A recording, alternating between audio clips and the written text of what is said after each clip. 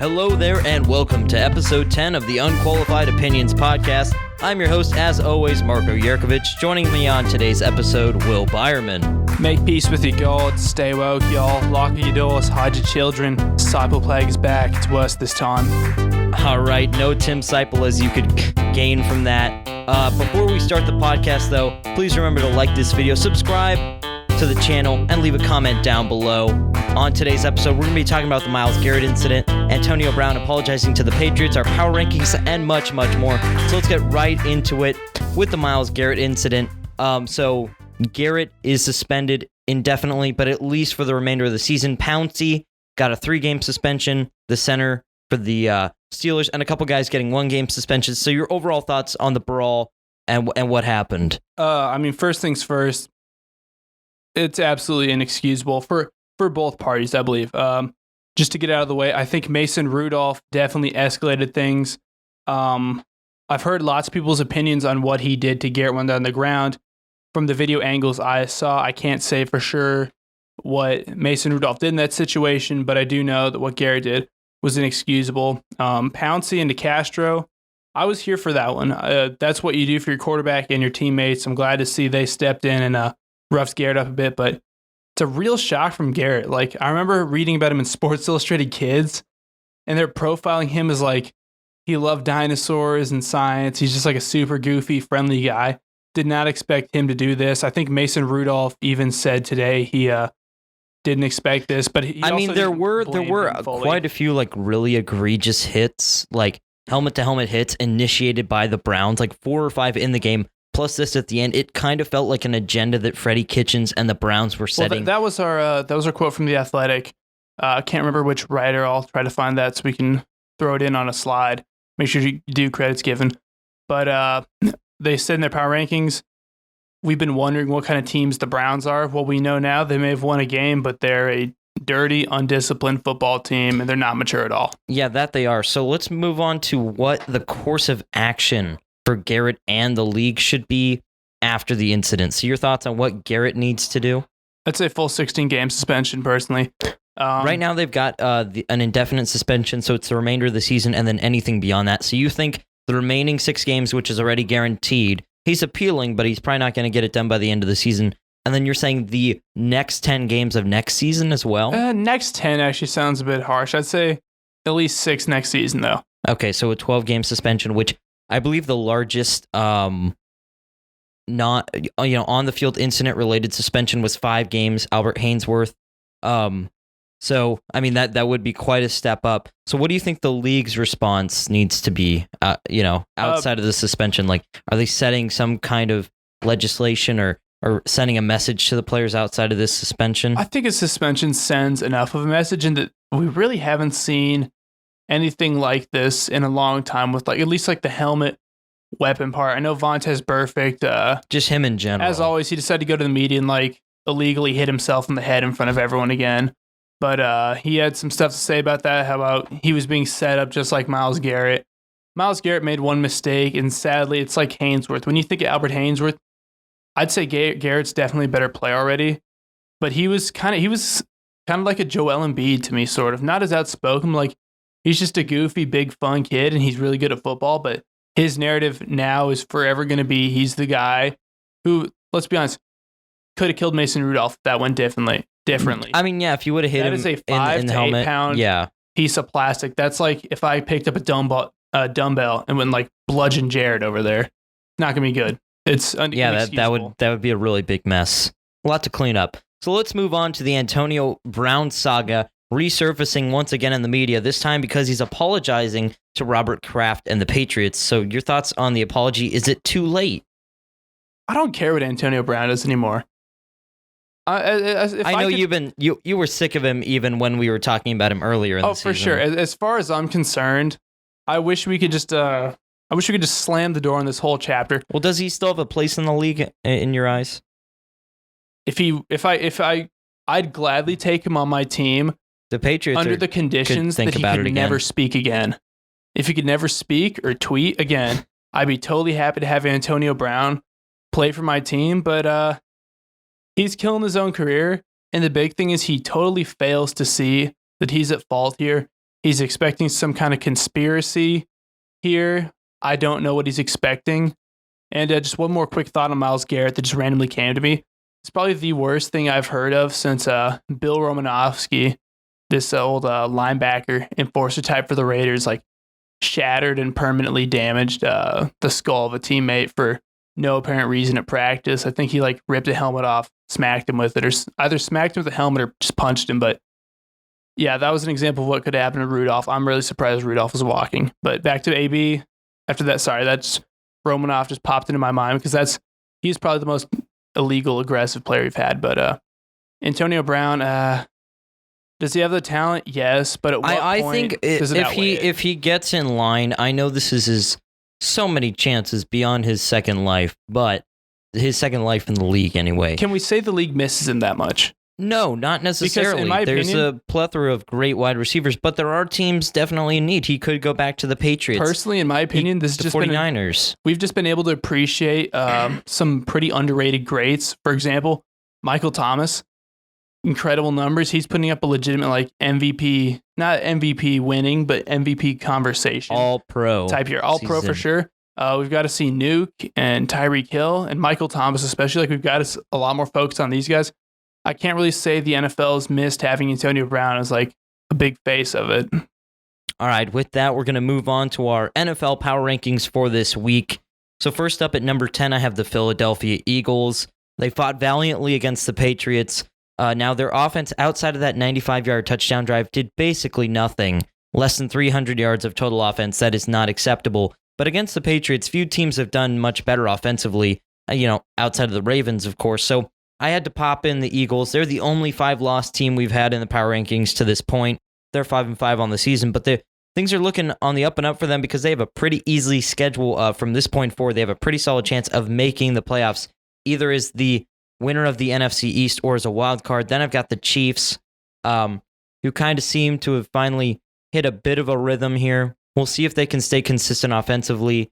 The Chargers played terrible, and they still barely beat them. I mean, Phillip Rivers threw 4 interceptions, should have thrown 7, but the Chiefs made it past them in Mexico City. They're at 9.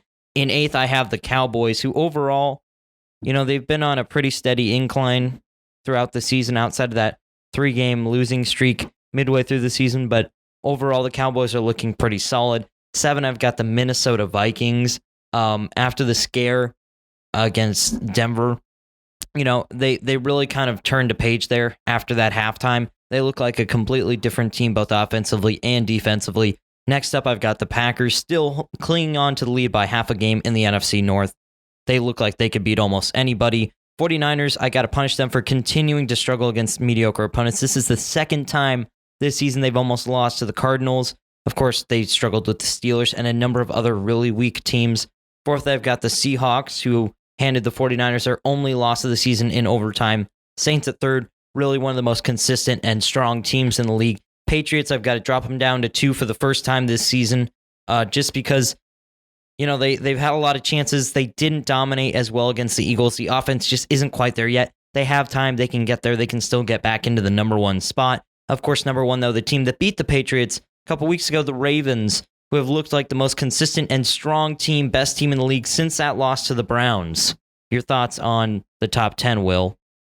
I like it a lot. I think it's good the Chiefs are back up in there.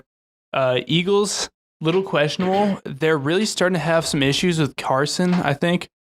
Which hurts me. Love Carson Wentz. I still think he has a bright future. I just think they need to work on some stuff with him. The interesting thing I saw today on ESPN was Eagles receivers don't trust him always to deliver the ball because he has accuracy issues sometimes. At the same time, they drop so many passes. We're not sure how much you trust them. I think that can be fixed, though. Niners, yeah, that's probably about right after that loss. I'm really, really starting to like the Seahawks. It was a win against the Cardinals, but I mean, at this point, it's a loss. I meant the Seahawks loss. Oh, yeah. That changed things a bit. And as I was saying, I really am starting to think the Seahawks are going to be a very, very legitimate Super Bowl contender. Wilson's having an incredible year, but mostly they're just kind of, I can't say they're doing elite at a lot of things, but usually there's something egregiously bad about them, and they're solid all around this year. And love having the Ravens. I lobbied pretty hard for them last Yeah, week. I held on to the Patriots for one more week just Why to is see that, Marco? how they could hold up against a really solid opponent, but they did not have it against the Eagles. The offense is struggling mightily. They have time to figure it out because they have the pieces. It's just they need time to fit it all together. But right now, the Ravens are clear-cut the best team in the league, the most dominant right now on both sides of the ball. I find myself becoming more and more of a Lamar Jackson fan as well, too. Again, I still love Josh Allen, Sam Darnold, Baker Mayfield. I had those three in Lamar Jackson. I thought they were all going to be super good quarterbacks. Other three, a little rocky right now. To be fair, much worse situations. Buffalo's looking solid, even though I don't have Buffalo in the top 10 just because of how easy their schedule's been and how they've struggled with mediocre opponents. Could have had Buffalo at 10, but Josh Allen, they're going to the playoffs. I mean, to be quite honest, they're 7-3 right now, even if they only win 1 or 2 games in the remainder of the season. Darnold had 4 touchdowns. He's playing well.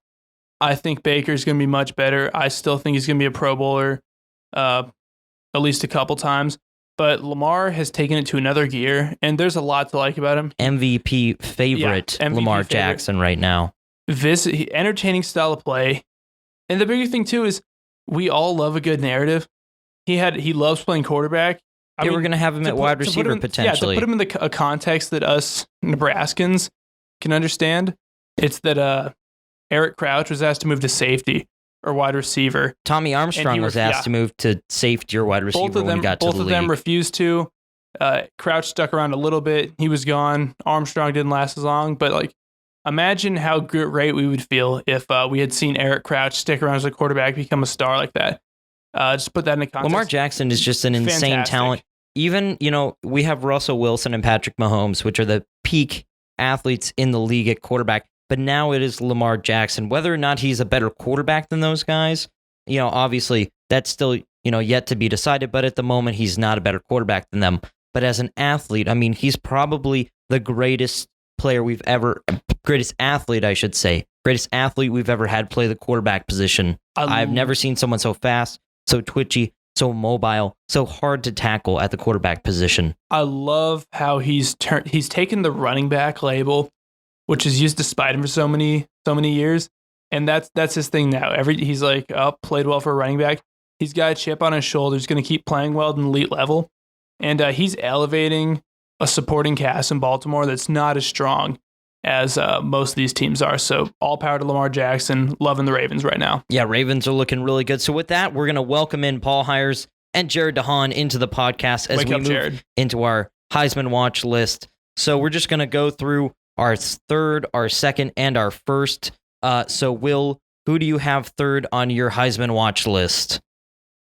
I think we saw a really good game from Ohio State and all those guys. So it's kind of a toss between Fields and Young, but for the sake of keeping a defensive player in the conversation, I do not think Young missing games is going to affect how dominant he's been. I'll continue to lobby him as a major Heisman contender just because of how much of an impact he has on every game he's played and how the NCAA really shouldn't have suspended him anyway. All right, Paul, who do you have at third? So last time I had Jalen Hurts at 2. I'm going to move him down to 3. Still doing really good, and the comeback win against Baylor was just unbelievable. I don't know. He's just I don't know. There's other people that are looking better, I think, as of right now. He's still got a shot, but I think he needs to really impress these last 3 games. All right, Jared, who do you have? I have Jalen Hurts as well for my third pick. I mean, just his passing yards, how well he's been rushing. I think he deserves to be in conversation. Like Paul said, I think there's 2 others that are doing just a bit better than him, but he's definitely in the conversation.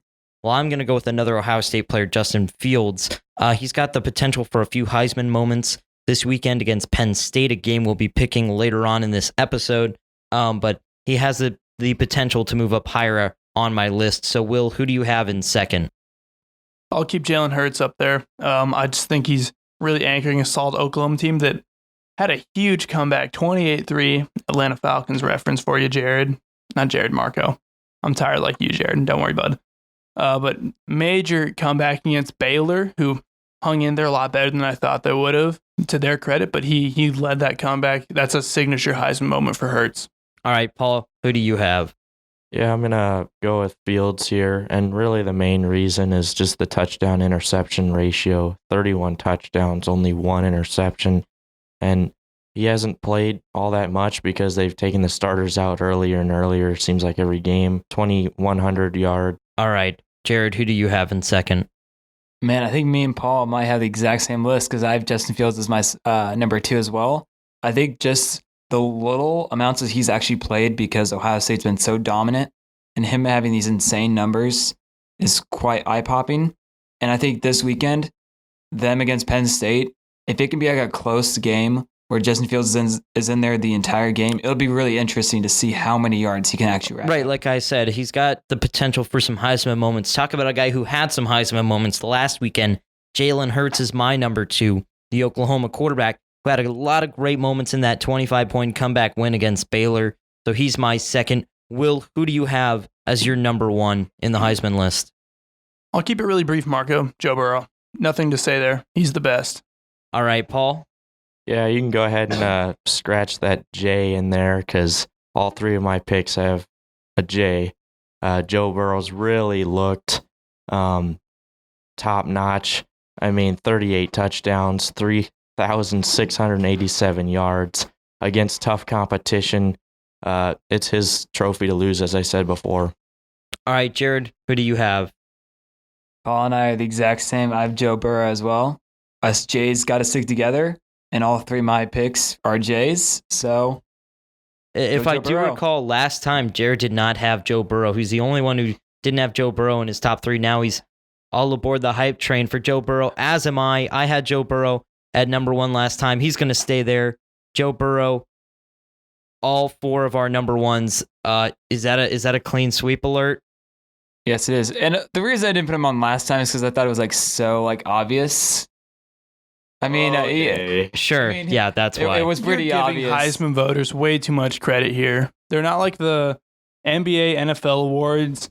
We'll try to get cheeky and be like, oh, well, everyone thinks James Harden should win, and he won last year, so it's not going to happen. He has good stats. They do that stuff. Heisman's pretty much, they're a lot more straight up with it. Yeah, I'm just saying, just that fact alone that we all picked him is, barring an injury, he's really the clear cut for that trophy right now. Well, he better watch out because we did all pick him. So I don't know if you should put money up against Joe Burrow right now or what you need to do, but Joe Burrow should probably watch out. Okay, with that, we're going to move on to our weekly pick'em. So Tim is not here, so we're going to be reading off Tim's right after we go through the game. So let's get right into it with our first matchup of the week. The Indianapolis Colts at the Houston Texans, Thursday, 7:20 on Fox. Tim, pick the Texans. Will, who do you have in this matchup? It's a really tough game to pick because both the Colts and the Texans continue to be really inconsistent from week to week. But even without J.J. Watt, the Texans just have superior talent. The one thing is Darius Leonard is going to have a field day with Deshaun Watson because despite how the Texans have improved a lot, they are still not protecting Deshaun Watson at all, which is you need to do that. You're going to lose a promising young star if you don't protect Watson better. All right, Paul. Yeah, I'm going to say this is a really good choice for pick'em because really this game is pretty much a coin flip. I mean, same record for both teams. I think the Colts won the first matchup at home, and it's Thursday night, which kind of mixes things up with a short week. Both teams have played great, but I'm going to go with the Colts again. I just think they come up more clutch and on the road. All right, Jared, who do you have in this one? I got the Texans in this one. I mean, right now, the AFC South race is so close. I think this game's be pivotal in who ends up taking first in the AFC South. So I think if Texans get it done here, I see them going on and winning the South. So you have the Texans in this one? I do. All right. Well, I'm going to have to go the opposite of you, which is probably the right thing to do when you're picking NFL games. So I'm going to go with the Colts. They won the first matchup, and the Texans just are coming off a game, 4 days prior where they got eviscerated by the Baltimore Ravens. So I don't think they can bounce back quick enough on the short week, and I think the Colts hand them their 5th loss of the season. All right, our next matchup is our only college football matchup of the episode. Penn State at Ohio State, Saturday, 11 a.m. on Fox. Tim is going with the Buckeyes. Will, who do you have? This is another really tricky one because it's chaos week for sure. I know this usually happens kind of around that Thanksgiving, just before the rivalry week. It's easy to lose track of these ones because Ohio State's definitely focused on beating Michigan for their little rivalry deal, but Penn State, a lot of me thinks they seem like they're going to be the team that comes out of nowhere to pull this one off. They're still a really good team despite that Minnesota loss, but as much as I'm tempted to pick Penn State, I just think Ohio State's too good for that. All right, Paul, who do you have? Yeah, I agree with that. I think Penn State's a good team, but they've struggled. They struggled a little against Iowa. They struggled a little against Michigan. They lost against Minnesota, and they struggled last week against Indiana. Once again, good teams, but that's the one thing you don't see with Ohio State. They don't struggle. They haven't this year, and I think they will continue to not struggle all the way to the playoff. All right, Jared, who do you have? I have to go with Ohio State on this one too. I mean, it's something when it's a 2 against 8 in the rankings, and Ohio State's an 18-point favorite. That's insane when there's only a difference of 6 in the ranking, but 18-point favorite. And I have to say, I will go the over on that. I think Ohio State will win by 3 touchdowns or more. Really, that's a gutsy call by Jared, the college football expert Jared DeHaan. Well, I don't think there's a team with a tougher final 2-game stretch, and 3 games if you want to count the conference championship game, than Ohio State. They're going to have to face Penn State, Michigan, and either Wisconsin or Minnesota. That's a real tough schedule. So I think they're going to get things going on the right foot. I think they're going to beat Penn State. I don't think that badly, but I do have Ohio State. Think about how messed up the whole college football playoff selection process would be if Penn State wins here and then loses the championship to Wisconsin or Minnesota. It would be throw the whole thing off. Well, that would mean the Pac-12 would probably get in, which is a nightmare in and of itself. Pac-12 after dark. Also, that's a clean sweep, and no one has picked against Ohio State this year in the pick'em. So Paul with the deep stats. Shout out. High five, bro. Well, with that, you're going to want to go put some money on the Nittany Lions. The line is really high. We're all picking the Buckeyes. It's a recipe for disaster. That's a clean sweep alert. All right, with that, let's move on to our next matchup. The Seattle Seahawks at the Philadelphia Eagles, Sunday at noon on Fox. Tim has the Seahawks. Will, who do you have? For the third game in a row, I'll say there's 2 good teams, and there's one team that's worse, but that's tempting. And again, I always believe in Carson Wentz, but I think the Seahawks, like the Ohio State Buckeyes, even though I have a little feeling telling me to pick this team, I'm going to go with the team that really has not had a lot of struggles at all this year. Since week 1 was the only time the Seahawks looked truly bad. And even then, the Bengals didn't look that god-awful yet then. So I'll take Seahawks here. All right, Paul, who do you have? yeah, Battle of the Birds in the NFC. I think if you look at the other battles of the birds, between these two both played the Falcons. The Seahawks won. The Eagles did not. Not only that, but the Seahawks have looked a lot better lately, and I think I picked against them last time, and they won. So I'm going with Seattle. All right, Jared, who do you have in this one?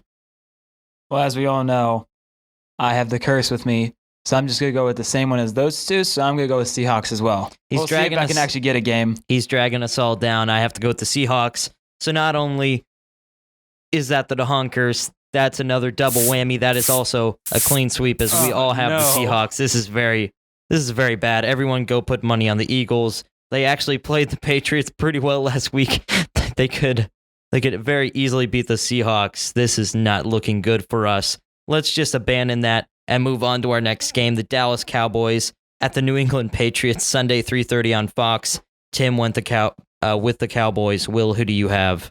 I'll go with the Patriots. This one's not that difficult for me. Dak and Zeke have both had good years. Defensively, Dallas is pretty good. I don't think this is a bad team. I just don't think it's not a good enough team to beat the Patriots, especially as much as their defense stepped up against the Eagles. All right, Paul, who do you have in this matchup? Probably gross matchup. Yeah. Gross teams. Yeah, like possibly my two least favorite teams in the NFL. Maybe you could make an argument for the Chargers. But you know, just blanket hatred for the Chargers. Yeah. No one even loves them. It's hard to hate them. But anyway, so the Cowboys, they've looked good at times, but I just don't see them going up to Gillette Stadium. It's supposed to be in the 40s. They play in an indoor stadium. Yeah, look at some of those things. As much as it pains me, I'll pick the Patriots this week. All right, Jared, who do you have in this matchup? Like they said, I really don't want to pick either of these teams, but we'll just go with what the bettors are going with. I'll go with Patriots. Well, you're making me feel very good about my pick, Jared. I'm going to have to go with the Patriots. While they did not play extremely well against the Eagles, I think these are pretty equal opponents. I think they'll be able to handle the Cowboys. The Patriots, as we know, later and later in the season, they improve, they get better, they fix things, they change things. So I see the Patriots with a full week to prepare for the Cowboys. They'll be able to handle it. So I'm going with the Patriots on this one. Our last matchup of the episode, it's a big one. It's on Sunday Night Football. The Green Bay Packers at the San Francisco 49ers. Tim has the Packers. Will, who do you have in this matchup? I'm going to take the 49ers here. Again, both really good teams, but we've seen some issues with the Packers. They've played a couple games pretty close. The Lions game comes to mind, and while my boys haven't been fantastic, I mean, they generally play teams close, but they almost took the Packers out. They should have taken the Packers out if it wasn't for that little Trey Flowers face mask, alleged garbage. But I think the Niners are going to win this. I think the bigger thing for me is they find a way, even when they look rough. And to me, that's more impressive than blowing out a team. All right, Paul, who do you have in this one? I don't know. I am going to go with the Packers on this one. The 49ers have won two close ones against the Cardinals, lost against the Seahawks. They just haven't looked consistent, and I think the Packers are going to go in there and humble them a little bit. All right, Jared, who do you have in this one? You know, I was going to go with Packers, but now I'm just going to go with 49ers just for the heck of it. I love Jimmy Garoppolo. I mean, they've looked good so far. We'll go with ESPN gives them a 61% chance to win. I'm going to go with the 49ers. Hey, and finally, I'm going against Jared DeHaan on this one. I've picked the Packers. I think Aaron Rodgers and the other Aaron in the backfield have looked really good as a great offensive dynamic duo. He's got Devontae Adams back, and they're firing on all cylinders. The defense is looking quite strong. And overall, like you mentioned, Paul, the 49ers just have not looked very consistent over these past few weeks. So it's pretty easy for me to pick the Packers. Real quick breaking news update. Ben Simmons just hit his first career 3. Completely random, but this popped on my phone. That's ridiculous.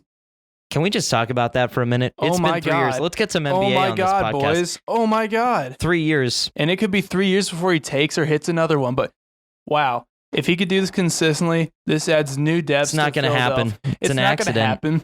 But I mean, think about it.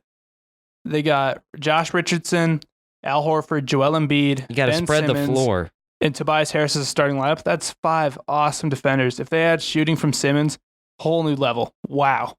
Whole new level. Jared, your thoughts? Let's put some college basketball news in here as well. James Wiseman just got a 12-game suspension. So he was suspended. On top of what he's already missed. So he's only missed 1 game. So he'll be out 11 more games. He'll be back mid-January. Hey, Memphis That's can not still make bad the at all for tournament. Memphis. They It can could still have make been the the entire tournament. season. We did not know. Right, it could have been a lot worse. They're good enough without Wiseman to hover in there. He'll be back for conference play. Good news for Memphis. All right, well, with that, we're going to end the episode. Thank you so much for joining us on episode 10 of the Unqualified Opinions podcast. Please remember to like this video, subscribe to the podcast, and leave a comment down below. Share with your friends. Share with your friends. Get the podcast out there. Holiday spirit. Give the gift of 5 dudes who aren't qualified talking about sports. Those Unqualified Opinions. We'll be back next week with the hopeful addition of Tim Seipel and his return once again from the Seipel plague. So we will see you guys next time on the Unqualified Opinions podcast.